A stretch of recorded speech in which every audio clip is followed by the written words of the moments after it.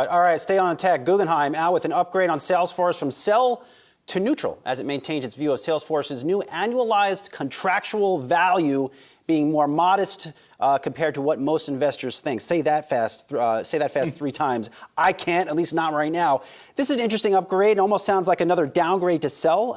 It seems to be a valuation-based call from the folks here over at Guggenheim, noting that when they downgraded Salesforce on August 11th, the initiated coverage, the stock then went on to fall 20%. Of course, Salesforce had a little un-Salesforce-like earnings call a couple days ago, but still, Guggenheim, while upgrading, worried about how macroeconomic weakness will continue to impact the company, also concerned on how their operating margins are below many of their peers. So somewhat of a backhanded upgrade by the folks at Guggenheim. Look, you talk about a stock that's actually getting back to some of its year-to-date lows and touching within that ballpark once again. It's Salesforce. I mean, take a look at the chart here. I mean, it's down 39% year to date.